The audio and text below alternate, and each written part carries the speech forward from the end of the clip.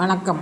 நம்ம சேனல் இன்று வெண்பூசணி சாறு காலையில் எப்படி சாப்பிடுவது என்றும், அது நமக்கு டீடாக்ஸ் செய்துவிட்டு தான் காலை சமைக்காத உணவு 10 நாட்கள் சாப்பிட்டு உங்களது உடம்பு எப்படி இருக்குது என்பதையும் தெரிவிங்கள்.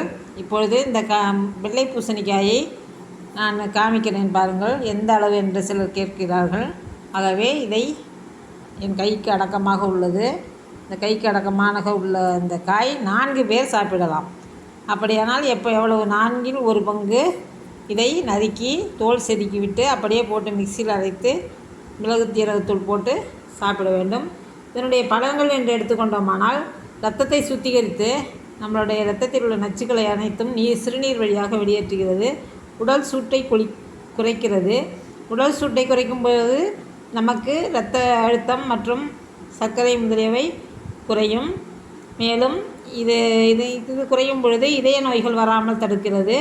மேலும் இந்த பூசணிக்காயில் 90%, அதாவது 90 விழுக்காடு நீர் சத்து உள்ளது. அதிகமான நார்ச்சத்து, வைட்டமின் பி, கால்சியம், பொட்டாசியம் முதலியவை உள்ளன. மொத்தத்தில் இது ஒரு டீடாக்ஸனாக செயல்படுகின்றது. நம்ம உடம்பில் உள்ள கழிவுகள் அனைத்தும் வெளியேறும். இதை பயன்படுத்தி பயனடைய வேண்டும். இதனை தொடர்ந்து 10 நாட்கள் இயற்கை உணவாக சமைக்காமல் சாப்பிடுவது எப்படி என்று ஒவ்வொரு உணவாக போட உள்ளேன். இந்த சாறை காலையில் 6 மணிக்கு குளித்து முடித்து பல் துலக்கி காலை கடன்களை முடித்து சாப்பிட வேண்டும். அனைவரும் பயன்படுத்தி பயனடைவீர். நன்றி.